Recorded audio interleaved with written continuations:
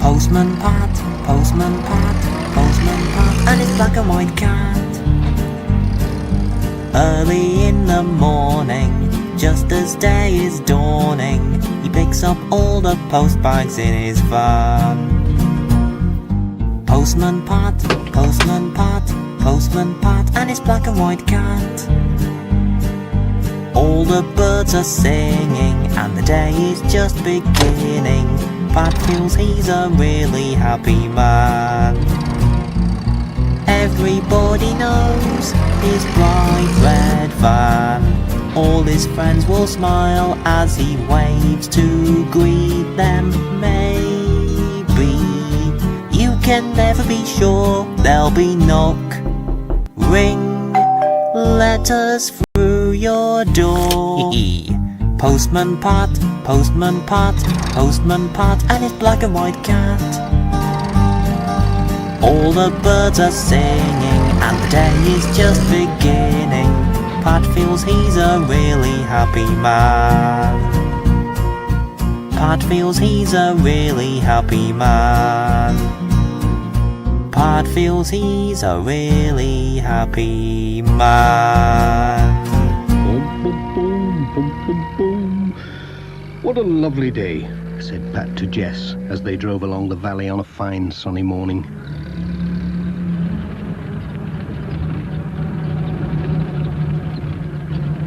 They came into the village and stopped at the post office as they did every day to collect the letters.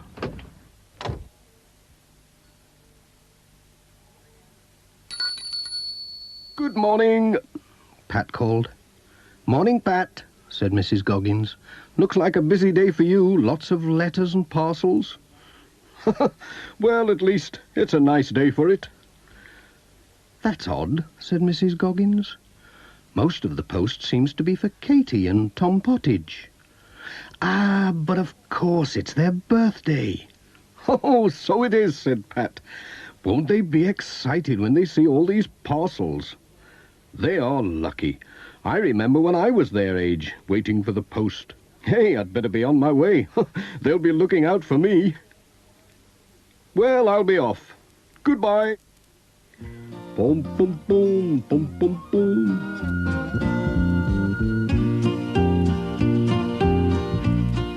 Pat was on his way.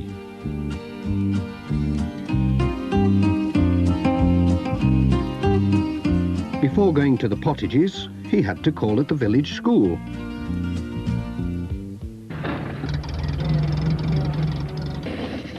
Some of the children had arrived early and were playing in the schoolyard.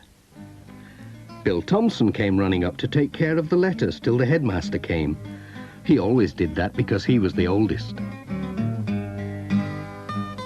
Oh dear, right in a puddle.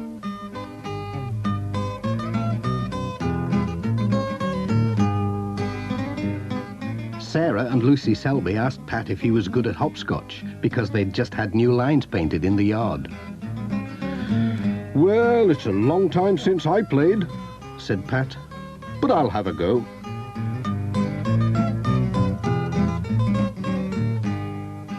Let's see now. He was quite good at it. Whoops!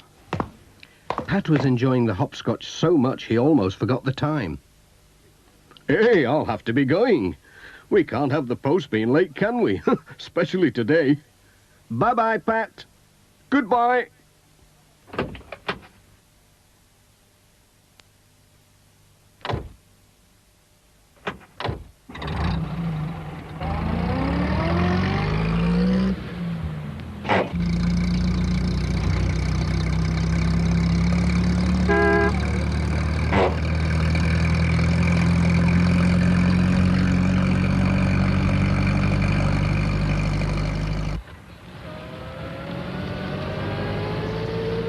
Pat turned in at Greendale Farm. Katy and Tom saw him coming and ran to meet him. They were so excited they couldn't wait to see what Pat had brought them. They're twins, you see, so it was a double birthday. Pat wished them a happy birthday, then took a letter to their mother.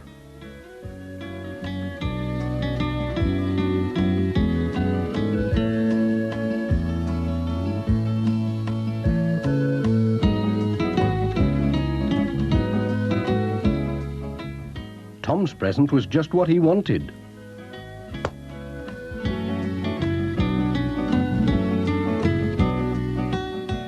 But Katy didn't seem very pleased with hers. "What's up with Katy?" asked Pat. She's wrong side out today," said Mrs. Pottage. "She's lost Sarah Ann." Sarah Ann? Is that the little doll she takes to school? She takes it everywhere. She's lost without it. I don't know what we'll do if it doesn't turn up. Oh, it's sure to turn up somewhere. Trouble is, it could be anywhere. We went to see Aunt Alice yesterday and called at lots of places. She could have left it anywhere.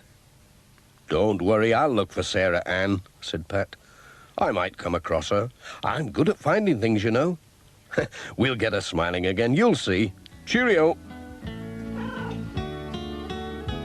Come on, Jess. We've work to do.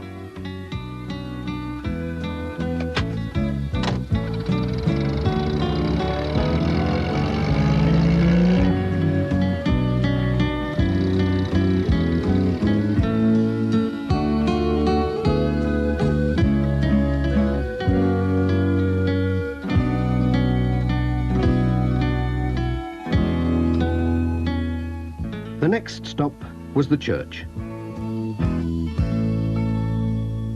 The Reverend Timms heard Pat's van coming. There was a card from Cousin Joan on holiday in Mallorca. Pat told him about Katy's lost doll. "Oh, she could have lost it in the church," said Reverend Timms. "She always brings it. Ah, well, seek and thou shalt find. Let's have a look. Mind your head."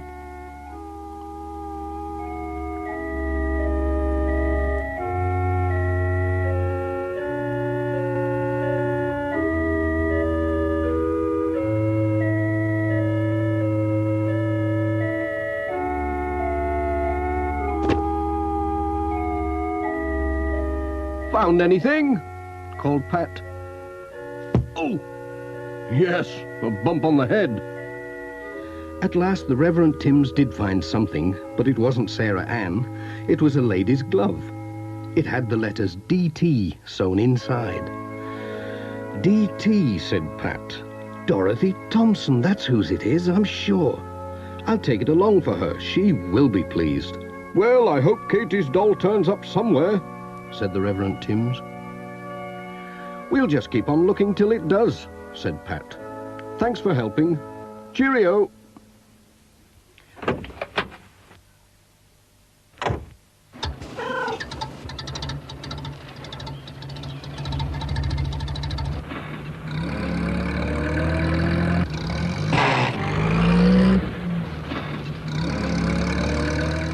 When Pat and Jess arrived at Thompson Ground, Mrs. Thompson was out with a basket, collecting the eggs.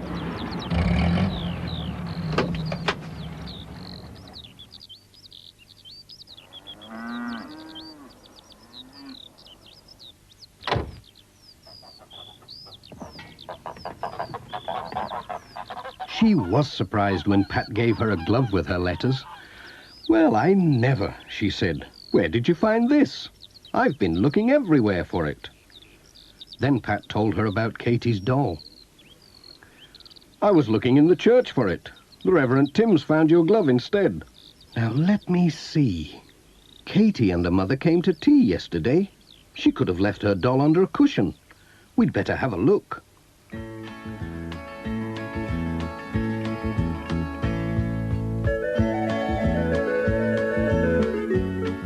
They searched everywhere. Mrs. Thompson found something, but it wasn't a doll. It was a penknife. "Hey, that looks like Ted Glenn's knife." "Goodness knows when he left it here," said Mrs. Thompson. "Would you take it along for him? He will be pleased to have it back." Yes, I'll take it.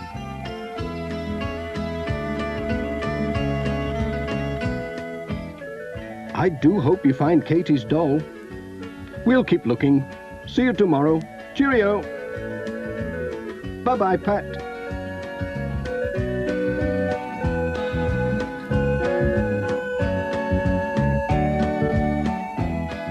What a day, said Pat to Jess. We found a glove and a penknife, but no Sarah Ann. I wonder if there's any chance of finding her at Ted Glen's.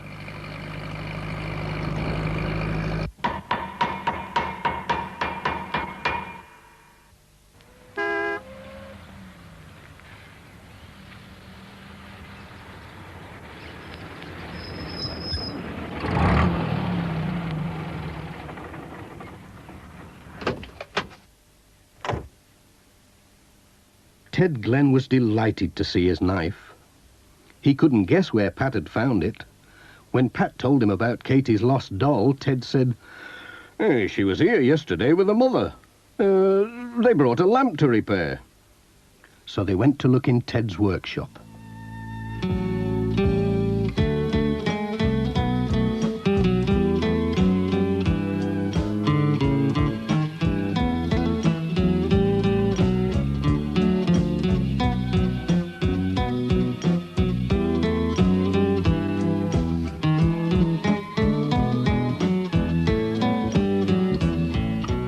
They didn't find the doll, but Ted found a watch that he'd forgotten he had.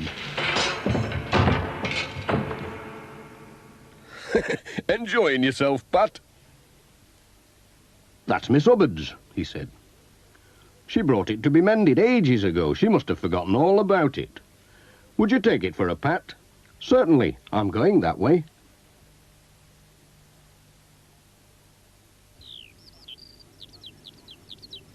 "I hope you find the lassie's doll," said Ted. "So do I," said Pat. "I seem to be able to find everything else. Bye, Ted." "So long, then."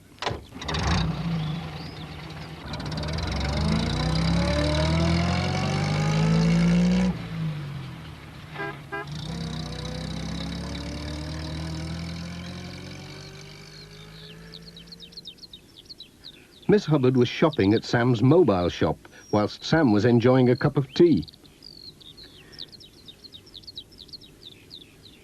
Miss Hubbard was surprised to see Pat, and even more surprised to see her watch. Pat told them all about Katie's lost doll, but they hadn't seen it. "Poor Katie," said Pat, "and on her birthday too." "I know. I'll take her a box of chocolates. That'll cheer her up." "Aha! Sarah Ann. So that's where you've been hiding all this time." "It's Katie's doll," said Pat. "I found her when I wasn't looking for her, sitting behind the chocolates." Sam was amazed. That child gets everywhere. "I'll take the chocolates anyway," said Pat. "They'll make a nice birthday present." Cheerio!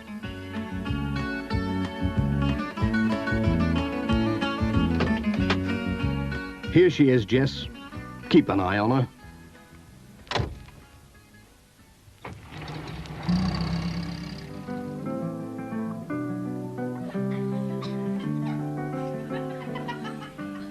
When Pat arrived at the twins' party with Sarah Ann and the chocolates, Katie gave a big smile, the first that day.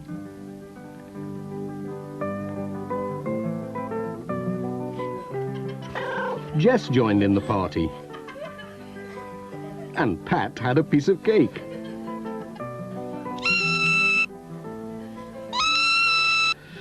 "Delicious," said Pat, "but it's time we were off." Bye-bye, Pat. Bye. Goodbye, everyone. Have a good time.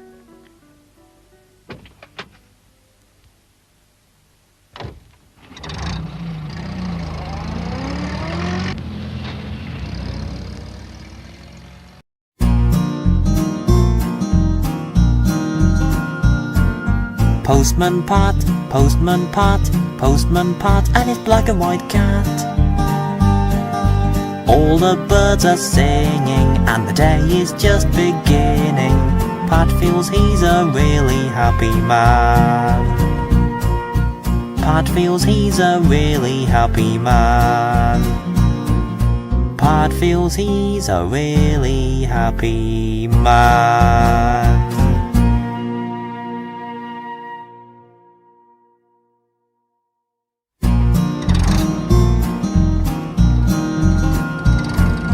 Postman Pat, Postman Pat, Postman Pat, and his black and white cat. Early in the morning, just as day is dawning, he picks up all the post bags in his van. Postman Pat, Postman Pat, Postman Pat, and his black and white cat.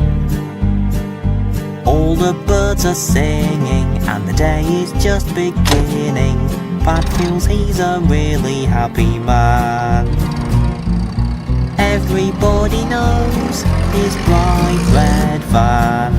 All his friends will smile as he waves to greet them. Maybe you can never be sure there'll be knock, ring, letters through your door. Postman Pat, Postman Pat, Postman Pat, and his black and white cat. All the birds are singing and the day is just beginning. Pat feels he's a really happy man. Pat feels he's a really happy man. Pat feels he's a really happy man. It was a cloudy morning in Greendale, but as Pat set out along the valley on his way to the village post office, it brightened up.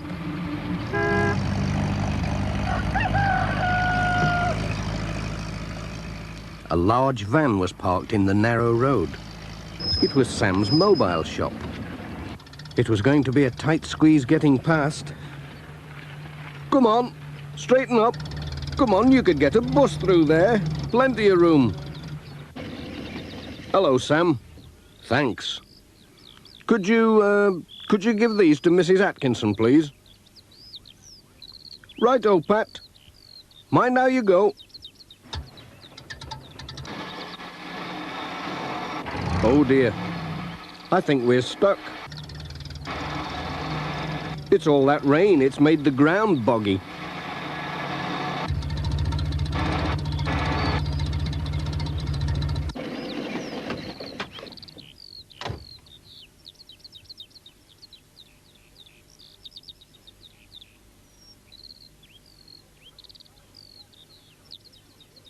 Hello, Pat. Still here? Yes, I am. I'm stuck in the mud. I'll give Pete Fogg a shout as I go past. He can tow you out with his tractor. Hang on. Thanks, Sam. Well.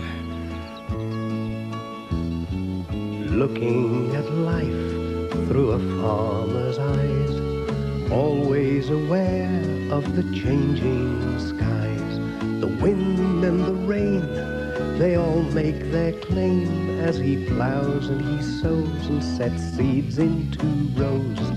He sees all the wonders that nature can bring as he works all the year to bring rich harvests in. Looking at life through a farmer's eyes, always aware of the changing skies. Hedgerows with birds, wild animals and trees. In the bright summer sun, he sees busy honeybees, and he's working with nature as all round the farm. He'll try to make sure good things come to no harm. Summer and winter, seasons all through, there's never a time when there's nothing to do. Setting the crops and preparing the land, he always can do with a good helping hand.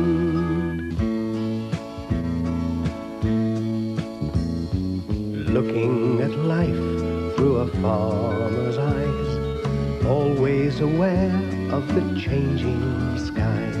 He works between forests and valleys and hills, or the flat even plains with an unbroken view. But wherever it is, still the farmers can claim that they work for our bread with their harvests of grain. Wherever it is, the farmers can claim that they work for our bread with their harvests of grain.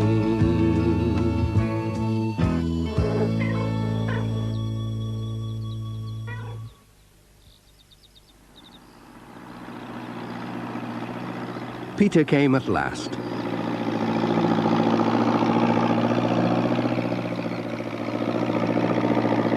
Hello, Peter.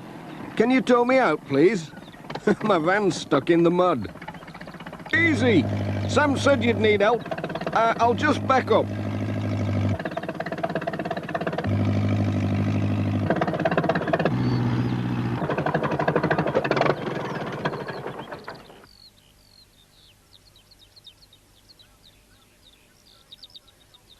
Now then, just tie it on there. Right.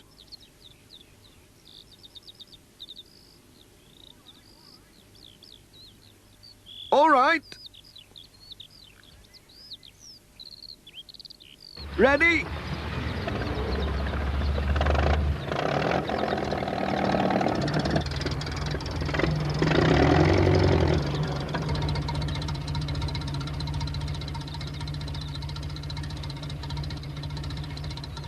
Bye.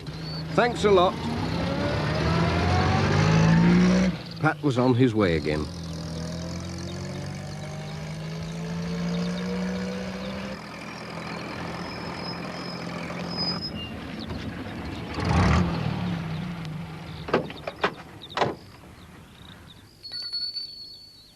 Morning. Morning, Pat. You're a bit late today. Yes, I got held up down by Atkinson's. I was trying to get past Sam's van, and I got stuck on the grass verge. Then I had to wait for Peter Fogg to come and pull me out with his tractor. Oh, a good thing he did.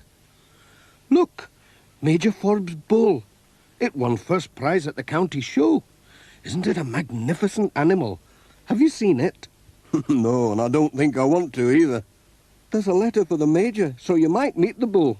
Better keep a sharp lookout. I'd run a mile if I saw it. Cheerio.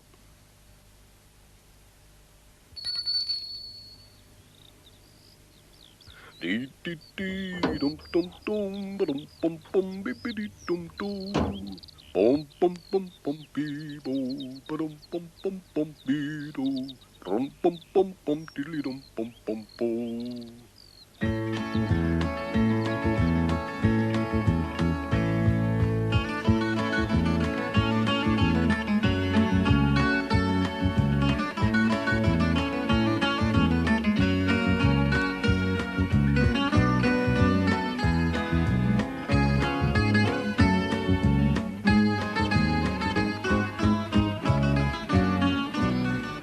Ted Glenn was waving to Pat to make him stop.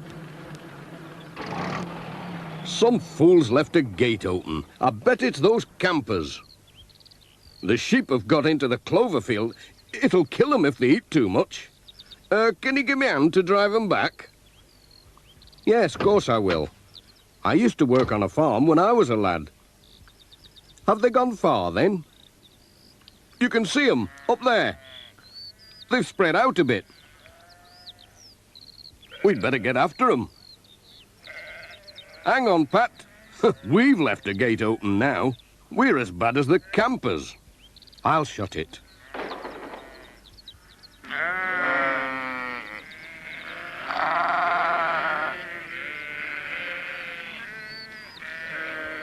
You go that way, and I'll go this. Right.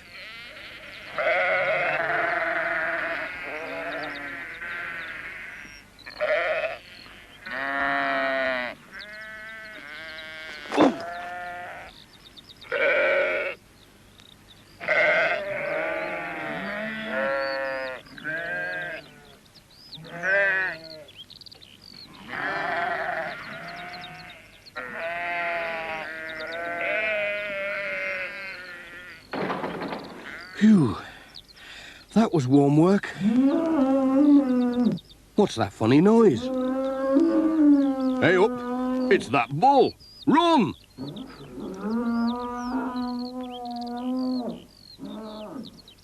Oh! Oh! Hey, wait for me! What's up, Ted?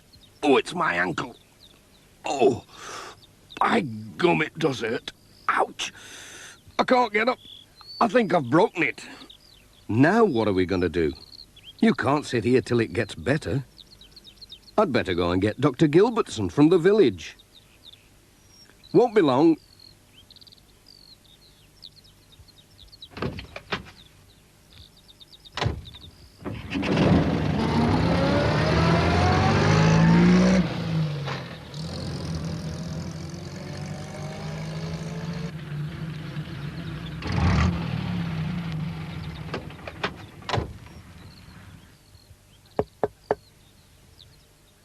Pat gave Dr. Gilbertson her letters and told her about Ted's broken ankle.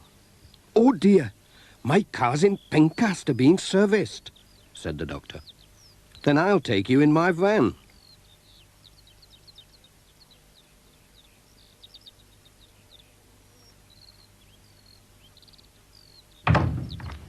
So Dr. Gilbertson brought her bag.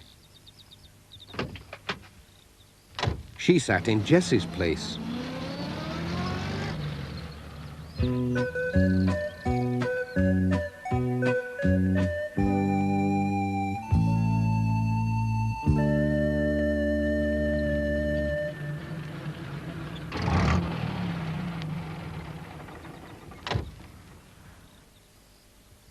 Ted was glad to see the doctor. Oh! Ooh! Ouch! She soon bandaged his ankle up. It wasn't broken, just badly sprained. Try not to put too much weight on it now.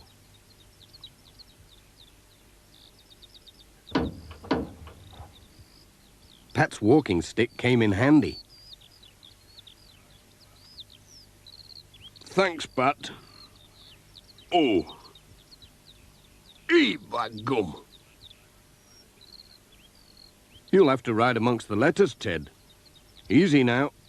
Oh. Oh, dear.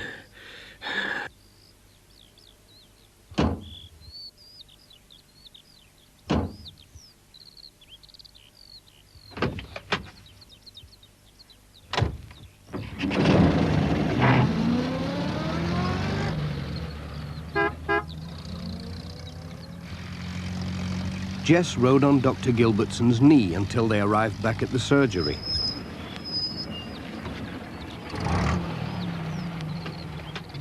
Bye, Pat.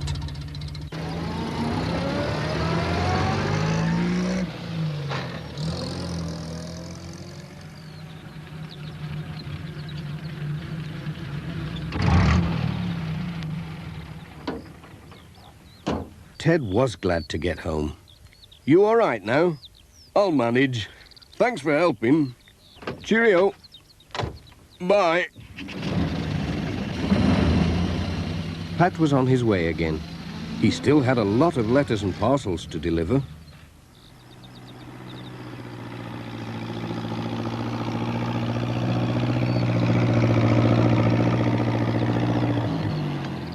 Hello, Alf. Hello, Pat.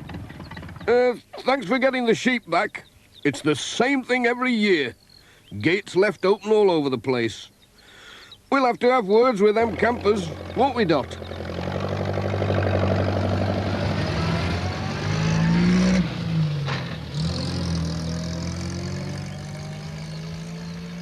What a morning, Jess. Rounding up sheep, dodging bulls, fetching doctors. And now we're late with all this post. We'll have to get a move on this afternoon.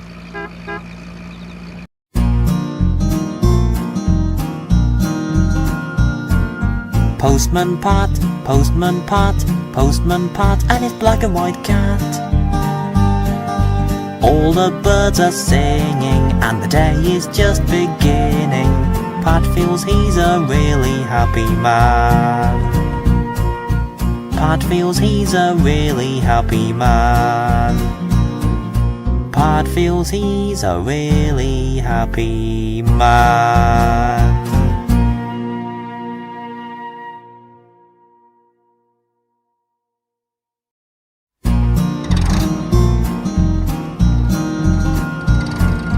Postman Pat, Postman Pat, Postman Pat, and his black and white cat. Early in the morning, just as day is dawning, he picks up all the post bags in his van. Postman Pat, Postman Pat, Postman Pat, and his black and white cat. All the birds are singing, and the day is just beginning. Pat feels he's a really happy man. Everybody knows his bright red van. All his friends will smile as he waves to greet them. Maybe you can never be sure there'll be knock, ring, letters through your door. Postman Pat, Postman Pat, Postman Pat, and his black and white cat. All the birds are singing, and the day is just beginning.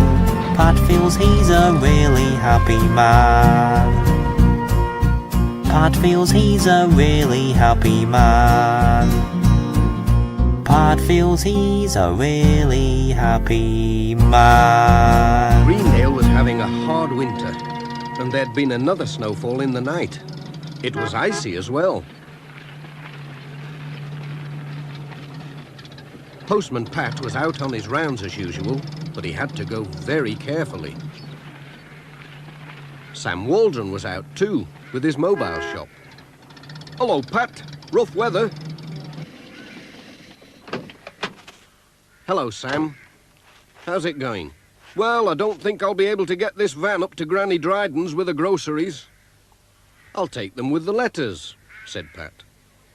Righto. Here they are. That'll keep her going for a while. Thanks, Pat. Mind how you go.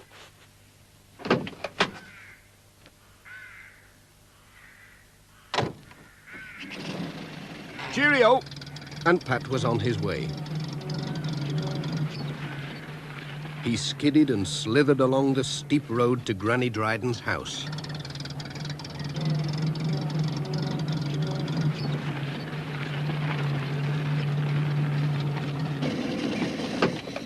She was glad to see him, especially when she saw he had her groceries as well as a letter.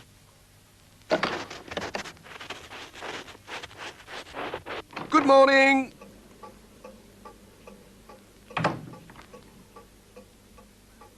Oh, thank you, Pat. That's lovely. And that letter'll be from that lass of mine down in London. I can't find me reading glasses anywhere. Would you tell me what she says, Pat? Certainly. Now, let's see. She says, Dear Mum, just a line to let you know... Speak up, please, Pat. I can't hear you. We'll all be able to come up to Greendale to see you for your birthday. Jim started school this week, and Dad's bought a new car. All well, and hoping you are too. All our love, Sally and family. That's good news. Thanks, Pat. Have a cup of tea. Thank you, Mrs. Dryden.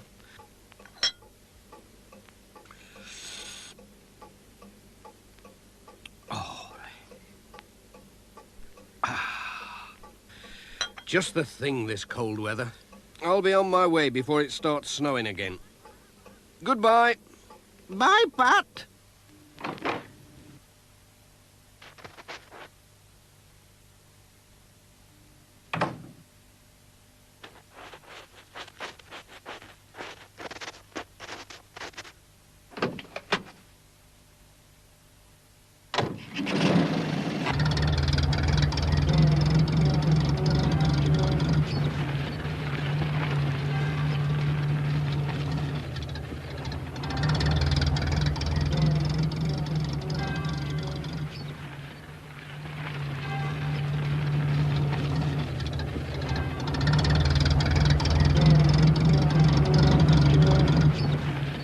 Pat's next stop was at Ted Glenn's workshop.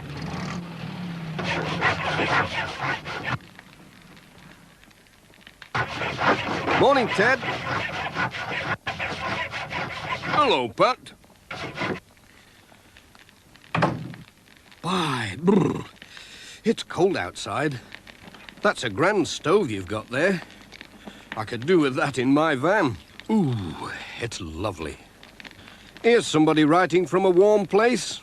Australia. It'll be our Bert. It's ages since he's written. That reminds me. I found Bert's old skates this morning. I reckon they'll be just about your size, Pat.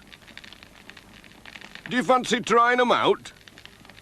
They say the tarn's frozen hard. Well, I don't know. I'd love to have a go. Is the ice safe? Has anyone checked it? Yes, Miss Hubbard. Take them anyway. You never know when they might come in handy. And I've got some of my own. Thanks, Ted. Cheerio.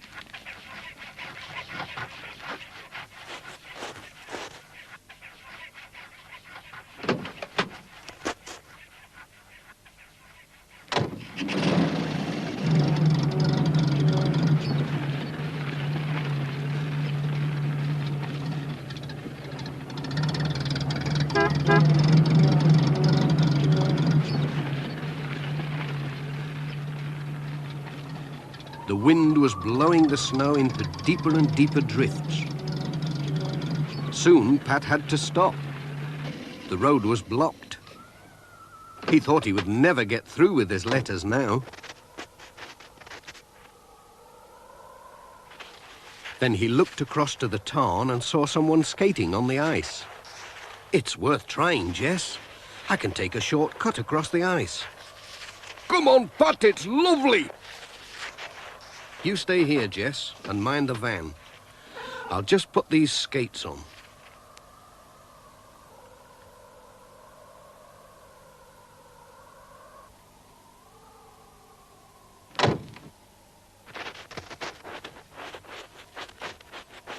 Here we go. Whoa. Dee-dee-dee-dum, yada-dee-dee-do. Dee-dee-dee-la-da-dee-lam-do. Dee-dee-dee.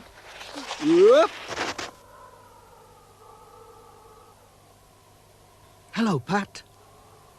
Hello, Charlie. Special ice delivery today. Thank you. Good skating.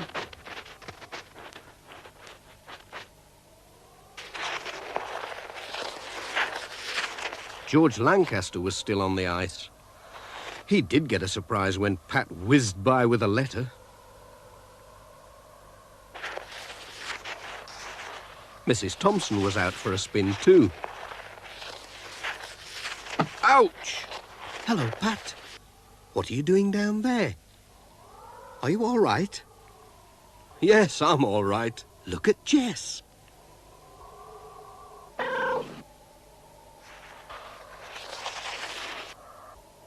Whoa. Come on, Jess. That's enough skating for today. We'll get back on wheels.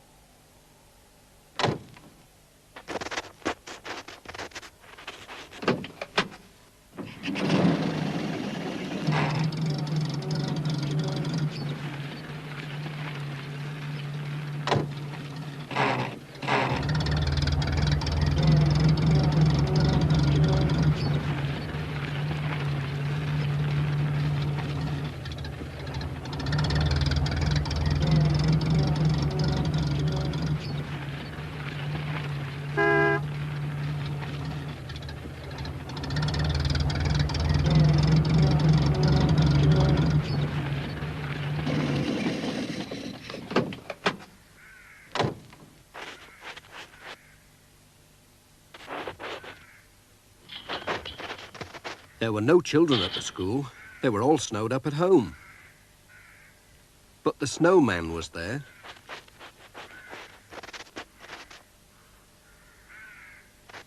Pat had an envelope in his pocket, so he addressed it to the Snowman. Mr. Snowman, The Drift, Greendale School, and tucked it under his arm. Hello, who's that? It was Miss Hubbard and Ted. Hello, Pat. Have you seen my bicycle? The snow must have buried it. We'll have to find it. You dig there, Ted.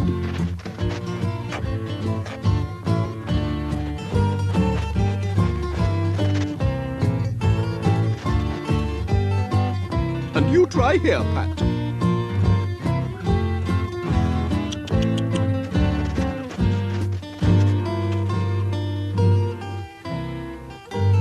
Oh, where can it be?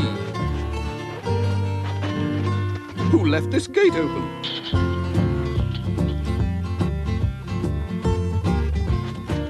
On with the search.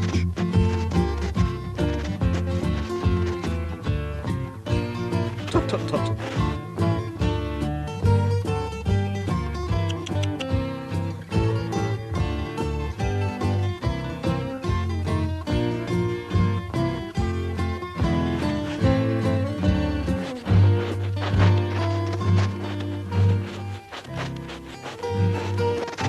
Any luck, Ted?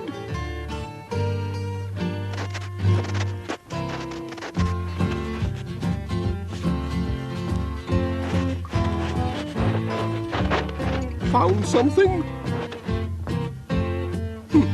Just an old kettle.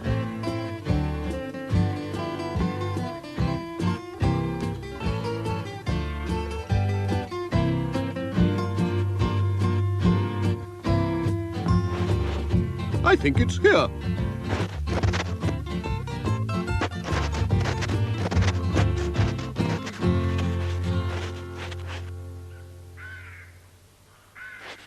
Just in time for choir practice. I'll be off now. I'll open the gate for you, Miss Hubbard. Thank you, Pat. Goodbye. Bye, Miss Hubbard. Nothing stops her, does it? See you in church on Sunday.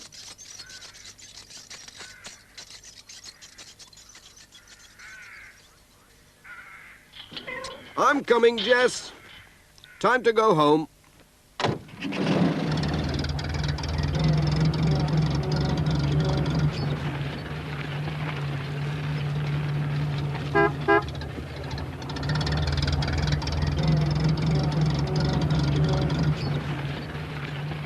Cheer up, Jess. This snow can't last forever.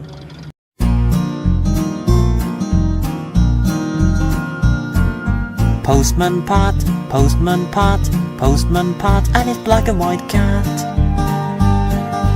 All the birds are singing, and the day is just beginning.